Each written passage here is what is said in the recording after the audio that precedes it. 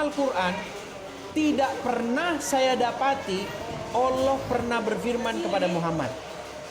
Kalau Allah berfirman kepada Musa, baru Musa menjawab, ada. Kalau Allah berfirman kepada Isa, baru Isa menjawab, ada. Allah berfirman kepada Adam, Adam menjawab, ada. Tapi kalau Allah berfirman kepada Muhammad, di dalam Al-Quran sungguh-sungguh tidak pernah saya temukan. Coba di surat berapa, ayat berapa ada Allah berfirman kepada Muhammad dalam Quran? Silakan. Nah, dengar. Oke. Terkait masalah langsung Allah yang berfirman kepada Muhammad, memang tidak ada. Tidak ada. Sudah diakui ya? Oke, buat dulu pengakuan, Pak. Iya, memang pengakuan dulu. Iya, buat benar. pengakuan. Benar, memang tidak ada. Oke, buat pengakuan Secara langsung bahwa Allah tidak pernah berfirman kepada Muhammad secara langsung. Betul? benar. Tuh, lihat itu Muslim. Lihat. Iya. Allah tidak Dengar, berfirman benar. langsung kepada Karena Muhammad. Allah menurunkan Al-Quran itu diwahyukan melalui malaikat Jibril, tidak kepada Nabi Muhammad langsung. Karena Jibril apa? berfirman Dengar kepada dulu. Muhammad. Jibril yang menyampaikan firman Allah kepada Nabi Muhammad. Oke, di ayat berapa, surat berapa? Silakan. Ayat pertama, Iqra bismi rabbikal ladzi khalaq. Di mana di Bacalah situ Muhammad Jibril? dengan nama Tuhanmu. Di mana di situ Jibril? Di mana di situ Jibril Jibril yang berfirman? mengajarkan. Makanya dengar saudara biar kamu paham. Silakan. Jadi berhubung karena Allah tidak langsung kepada Nabi Muhammad, Jibril menyampaikan apa yang telah Allah sampaikan kepada Jibril dan disampaikan kepada Nabi Muhammad. Makanya Jibril langsung, Iqra bismi rabbikal ladzi khalaq. Bacalah dengan nama Tuhanmu yang telah menciptakan.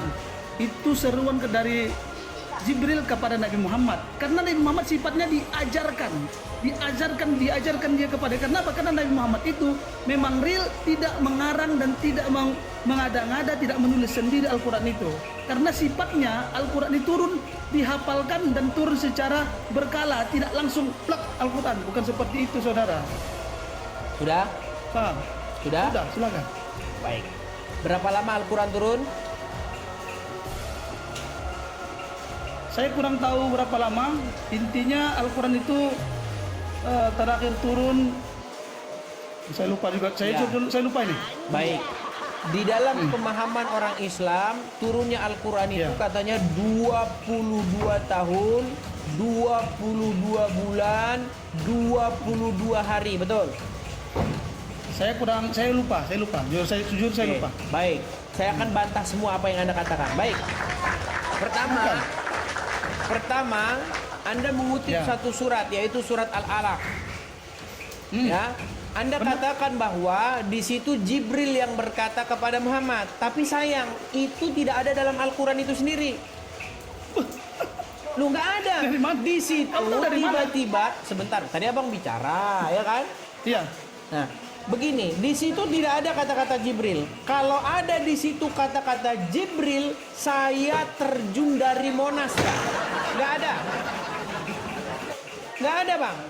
Di dalam Al-Quran tidak pernah ada cerita bahwasanya Jibril datang kepada Muhammad. Apalagi datangnya di gua, di tempat gelap. Nggak ada, Bang. Itu semua narasi-narasi yang tidak berasal dari Al-Quran. Kemudian yang kedua, Anda katakan, itu Quran itu turunnya secara bertahap, dihafalkan oleh para sahabat. Saya bantah. Ada satu ayat di dalam Al-Quran, di dalam Quran surat Al-Qamar. Apa dikatakan di dalam surat Al-Qamar? Bahwasanya Al-Quran itu diturunkan pada satu malam. Satu malam, Lailatul Qadar. Coba dicek. Tolong semua muslim coba dicek. Al-Quran itu diturunkan satu malam. Kata Al-Quran. Tapi kata ulama 22 tahun, 22 bulan, 22 hari. Besok gak tahu lagi, nambah 22 jam, 22 detik. Begini, makanya begini. Anda harus bisa membedakan apa kata Al-Quran dengan apa kata ulama. Saya ini mempelajari Al-Quran, sedangkan kalian mempelajari ajaran ulama. Makanya apa yang saya baca dari Al-Quran dengan apa kata orang Islam beda.